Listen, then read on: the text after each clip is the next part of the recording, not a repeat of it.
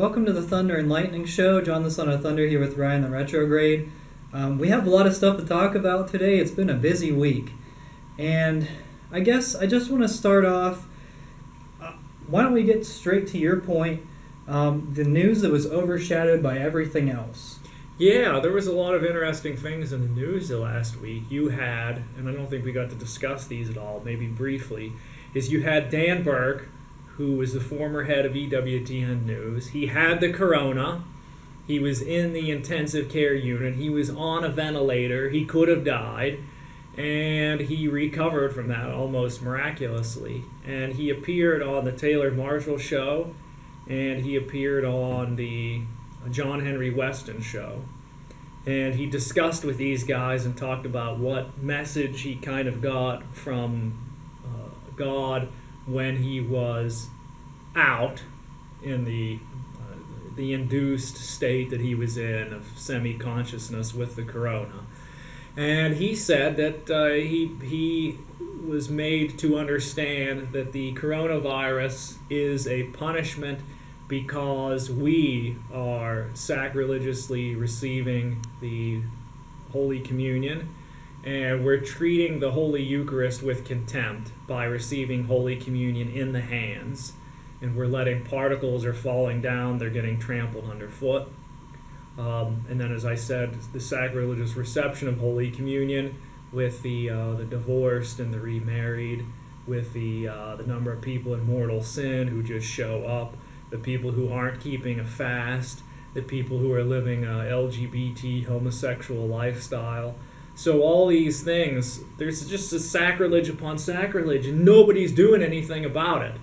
Bishop Schneider and some other faithful bishops have preached about it, but Dan Burke said that this corona is a punishment for this sacrilegious reception of communion. Then you had another release of another Vigano letter, which was a tremendous letter, and he tied in the crisis to the failure of the Pope to consecrate Russia to the Immaculate Heart, as Our Lady had requested. Several popes, not just JP2, but there were several popes. And this isn't really news because several people have talked about this specifically, that the Pope didn't get the job done. The most recent ones that I remember was Father Gabriel Amorth, who was actually there in the 1984 consecration ceremony. I think it was 84. Oh, wow. He was like not from me to you to the Pope, but from maybe that wall to this wall away from the Pope. And he said the Pope was like, he paused before he was going to mention Russia, because he apparently wanted to, and he was talking with his advisors or the MC or whatever, and they said, don't do it, don't do it. So this is described by Vigano and other people. This is where, instead of just doing the simple consecration, which hurts nothing and would help, that they bow to political pressure and for, making deals with Chinese governments. Where have we heard that? Oh, that's right, Pope Francis and the Chinese deal. So here we have it again, is that they're just so anxious to make a deal with the Chinese communist government that they're willing to just to detract or to not practice the faith in its fullness, to not pray for the conversion of a country, to not criticize a regime who's promoting abortion, who's persecuting the church, etc. And so when you do this kind of calculus, when you do this kind of compromise, we have the effects now. Yeah, so that definitely was interesting, and I think one thing that I noticed with Dan Burke and I think he did a few interviews. Couple, yeah. The one thing that really stood out to me, besides like the Holy Communion thing, was that he mentioned the girl altar servers as being demonic in a way. Not that the girls are demonic or anything like that, but the fact that people allow that, and they try to, manipulate the uneducated people to allow their daughters to serve as altar servers, that is actually demonic in nature because you're trying to erode the priesthood. And I found that particularly, I wasn't shocked, but I was like, I was actually a little bit surprised that he said it in those terms. It's true, but he said it even more strongly than I would say it. I would say, like, altar girls are bad and should be done away with, but he said literally these things are demonic and abomination, and he explained why. Because it deceives people in the pews, and that's the intention. He said the devil uses a lot of stuff like this to deceive the faithful, and especially little children. And getting back to Vigano, I don't know if you would agree, but I think he might be the highest profile person who has ever suggested that the third secret of Fatima has not been released in its entirety. I'm not sure. Cardinal Burke has made comments. Cardinal Burke had said he doesn't think the consecration is done. Now, I don't know what he said about the third secret, if we got it all or not. I don't know that. Yeah, and there's a lot of... I mean, the third secret is really secretive, I guess. I don't know. There's secret 3A and 3B, as Taylor Marshall calls it, which I like. There's 3A we got, 3B we don't have. We're not Fatima experts. But then, that news broke. But while that news was breaking, there was this 2-3 week long, I guess it was more like 2 week long argument about the SSPX going on with Taylor Marshall attended the SSPX. Yeah, the first part, that was congruent with this. You first had the Dan Burke in the hospital, then you had the... I think the SSPX debate came before Vigano's letter. Yes, it did. Then you had Vigano's interview. You had the SSPX debate, which we did a show about, which was about that the SSPX, Taylor Marshall went there, what's their status, he did a show, and then the Vigano letter came, and then... Church Militant, I guess they did an investigation where they, I don't know if they exposed a lot of predator priests in the SSPX. I didn't really read through it. I guess I'm not as informed as I could be about it. I don't really want to read that stuff. I mean... Come on, like, my theory, and I don't know, you probably agree, is that if there's a predator, any priest who's a predator, turn them into authorities, and then kick them out. Yeah, exactly. Any bishop who covers it up, or any superior who covers it up, kick them out as well. Yeah. And I went that with SSPX, FSSP, Novus Ordo, I don't care. Get them out, and then get the good people in. Yeah, so I don't know, as far as this controversy, I'm not interested in this.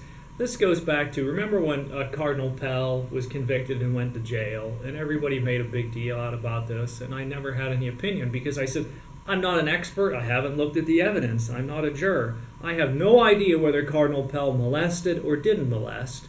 Regardless, I pray for him, I pray that he didn't molest, and I pray that it is false and that he gets out of jail, etc. So I'm glad to see he's out of jail, and I'm glad to see that he didn't molest, according to everybody's judgments who were involved in this.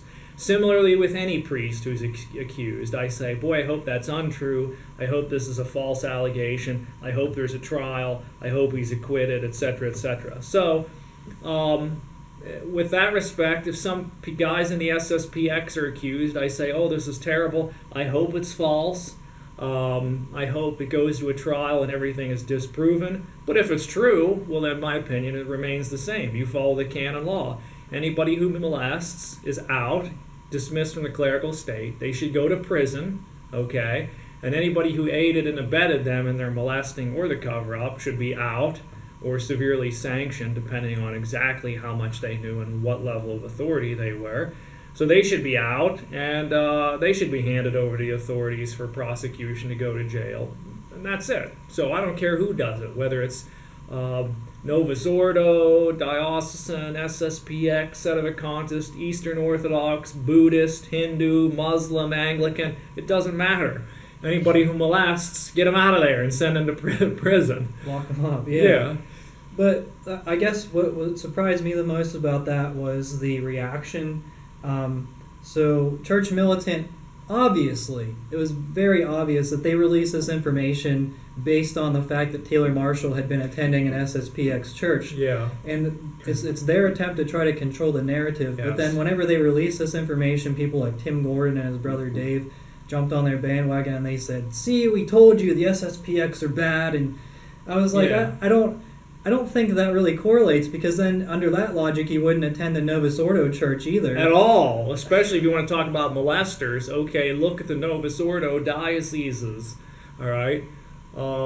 you're right. I think that this Church Militant had this in their back pocket for a long time, and it was their trump card, and they were just waiting for some good news about SSPX to come out, and then they're like, ha! We got the damning news, all you people who said it was okay. You're wrong! We're right! Give us money! Lots of money! We're the only ones exposing corruption! You need to listen to us! Everybody's bad! EWTN bad! Diocese bad! SSPX bad! Nobody's good but Church Militant and Michael Voris! So that's what they were ready for that. This reminds me of, if you think back, we have tremendously intelligent viewership on this channel, people who remember things and think about things deeply. Think back just a few years ago. This very same thing happened when there was a good piece of news about SSPX. This was maybe 3 or 4 years ago. And Voris came out with a hit piece like the same week about SSPX. It showed up. Remnant did a show about it. If you look up Remnant SSPX 3 years ago, it's there. And Michael Matt criticizes Michael Voris and Remnant for doing this. If you look back, here's another example about SSPX. Remember when Pope Benedict lifted the excommunications on them? In that very same week, there was a mainstream a fake news that released a video of Bishop Williamson, who was talking about the Holocaust and saying he doesn't necessarily believe in the approved narrative that's out there that you have to believe. And so the media had been sitting on that story for months, and they were like, well, nobody really cares about that now. They were just waiting until the SSPX received that vote of support from Rome, and here comes this video. Look at Williamson, he's a rabid anti-Semite, he is literally Hitler, and so the Pope is so stupid for signing an agreement with letting them back into the church, and the SSPX is just pure evil. So, where else do we see this stuff? We see it in the fake news political arena, where they've got a story in their back pocket. Trump allegedly molested a woman, or Kavanaugh, back when he was in school, he liked beer and he had a girlfriend that he kissed. Nobody talked about that. He was appointed to various federal judiciaries, but they were keeping this story here in their pocket. Then he's announced that he's a Supreme Court nominee, and here comes the story that we knew about for months. We were just saving it for this time, that he raped this woman, he groped her aggressively, and he's an alcoholic and a party animal who cannot be trusted.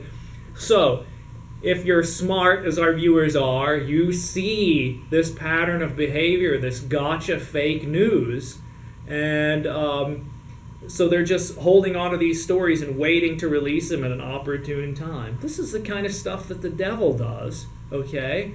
He's always there, something good happens, and he's like, with his checkbox, he'll get back at you. Oh, somebody just confessed a lot of sins and returned to the church. I'll show them. They'll get in a car wreck tomorrow, flat tires. Their children will never talk to them again because they're condemning their new lifestyle because they go to Mass. So, here you go again. And I'm not saying that Church Militant is evil. What I am saying is that some of these news tactics, of this gotcha, of this taking quotes out of context, taking these clips out of context, whether it's Trump, SSPX, any diocesan bishop, this kind of stuff is really, it foments division. And as I said, I'm against molesting, okay? Molesters ought to be kicked out of the church and go to jail. But let's be objective about this and not use molesting as an excuse to beat up an otherwise good organization. Because listen, this is what the Protestants do. All right? Oh, there's a priest who molests. I told you you needed to get rid of celibacy. All priests are predators, and the Catholic Church is just an evil organization and should be suppressed, and everybody should believe in the Bible like me, a Protestant, and Romanism is evil, and you need to get out from underneath that beast, that harlot of Rome, and believe in the Bible. So, this is the same narrative that the Protestants use. And now we're going to try to use this, Church Militant's going to try to use this same narrative to paint SSPX and its supporters and mass attendees with this broad brush that somehow everybody there is complicit with molesting and whatever. Sorry, That's just not true. It's not factual. That's it. Well, in Church Militant, if you look, leading up, like the whole week leading up to the release of this, they were saying, Michael Voris was saying, the SSPX are schismatics. Yeah. Like they're outside the church. Yes. Some people were saying the SSPX are basically Protestants. And you can see, and like, my it's remark to that obvious. is, if they're basically Protestants, then that means in 500, Luther is on a stamp in the Vatican, so maybe in 500 years, Archbishop Lefebvre will have a stamp and a statue in the Vatican. He'll be called a great theologian by Pope Francis the 15th. 500 years now, Pope Francis the 15th will praise Archbishop Lefebvre as being a great, great theologian, along with Martin Luther. But anyway, continue. Yeah, well, and all of that news, it's sort of blended together with the news of Summorum Pontificum. Well, what about the Pell news? Remember, because Pell got out of jail a week ago. Oh, and people were celebrating. So we celebrated Pell, innocent justice served. And I said this before. It's like somehow Church Militant, they got these special glasses, and here comes a case. Oh, here's a priest. Let's look. Not guilty. Father Perone, Assumption Grotto, not guilty because he's our priest. Not guilty of molesting. Here's another guy. Cardinal Pell, we like him. Not guilty, did not molest. Okay, there you go. Here's somebody from Diocese of Buffalo. Oh, absolutely guilty, there's no question. Buffalo, this bishop needs to go. SSPX priest. Oh, absolutely. But not only is he guilty, the whole organization is corrupt. And they're schismatics. Schismatics even more so. It's all pure molesting. It would be better off to be an atheist and offer a sacrifice to Baal, to offer your firstborn to a false idol, than ever go to an SSPX chapel, according to Church Militant. So, there you go. This is why this seems silly to me and you, okay? We don't have these special glasses. If you have these special glasses, then you know when a molesting claim or allegation is true or false, and they have it at Church Militant. So maybe we can get those special molesting glasses, the molesting detector glasses, if we subscribe and become premium members of Church Militant. If we go on that cruise with Michael Morris, maybe then we'll get access to this special glasses where we'll be able to detect true and false molesting claims like no one else can. I want to be clear about the Cardinal Pell situation. It did appear that there wasn't a lot of evidence, but like Ryan, I didn't follow very much of the story, and so people were saying, "Oh, Cardinal Pell's innocent." They were angry immediately. Yeah. They were angry, and a lot of people. There are conspiracies going on, but a lot of people are just searching for more conspiracies, and Church Militant is searching for as much scandal as they can possibly find. That's what they get. That's how, as you described, that's how they get supporters, is if there's no scandals, nobody reads their website. And I'm not saying they do some good stuff, some documentaries. And actually, Church Militant vicariously got me to become a more, I guess you'd call it, radical traditionalist or pure traditionalist, because of tangentially of people that they've interviewed and topics that they've discussed. So I was like a mainstream traditionalist until I had a friend, and he was watching some stuff that Michael Voris did with E. Michael Jones, okay? And that got me watching E. Michael Jones, and then I started to watch Father Hesse. Then I started to watch Bishop Williamson and Bishop Sanborn, and I would become more SSPX priests of various stripes. And so Church Militant was kind of like the gateway door to becoming what I would say is a full-bloomed, authentic, well-rounded traditionalist. Yeah, and I have used some of Church Militant's sources, their resources, their links, for some of my videos to talk about this stuff. So, I mean, they're not all bad. I guess the thing is, just make sure you see what you're seeing. You have to see past the spin, because if you look at Church Militant, they don't like anyone. That's becoming increasingly clear. Last week they told you EWTN, you can't give the EWTN. They said that last week because they did an expose where there was the Stations of the Cross, or maybe it was Good Friday, and Monsignor Rossi at the Basilica was doing this mass, and Voris flipped and was like, oh, you know, of course, a 6-minute video. It could have been like 2 minutes long, but he turned it into a 6 or a 10-minute video. He's dragging this thing out and says, you can't give any more money to EWTN. So EWTN is off the reservation. You can't give to them. SSPX is off the reservation. You can't give to them. Every diocese has molesters, so you can't give to them. Peter's Pence, you can't give to them. The Pope's funding that Elton John gay movie. Who are you supposed to give any money to? Oh, well, imagine that. It's Church Militant's the only organization that you can give money to,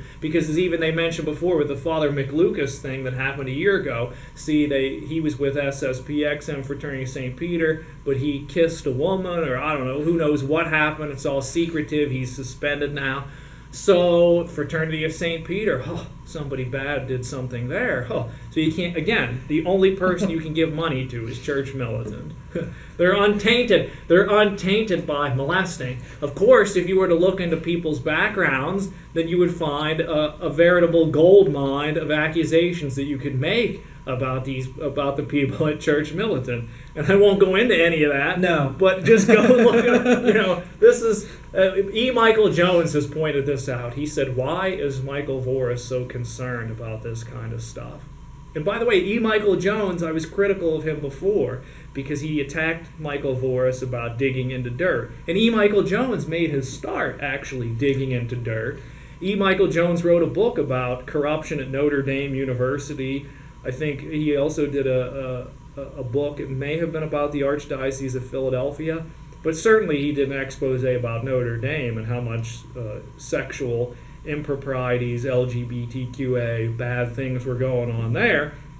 And for him to come out there and criticize Michael Voris for having an obsession and attributing, doing a whole analysis of that, when it came out, I was critical. But when you look at the whole pattern, you see that that this is an unfortunate thing that Church Militant does, where they're just like cannibalizing, and they're like piranhas that go around attacking every other fish in the pond. And these are good people that they're attacking and trying to smear with this broad brush as being soft on crime, basically. I do actually want to mention EWTN just quickly. If you have a problem with Monsignor, which I actually mentioned that in my video, I think before Church Militant did, that Monsignor Rossi was at the shrine and EWTN showed it. If you have a problem with that, don't watch that. Yeah. But they do have good shows. Yeah. I know, for example, Father Matthew Mary, I know he was on Twitter before he got kicked off. He was becoming increasingly more and more traditional, and he's one of the EWTN order priests. Yeah.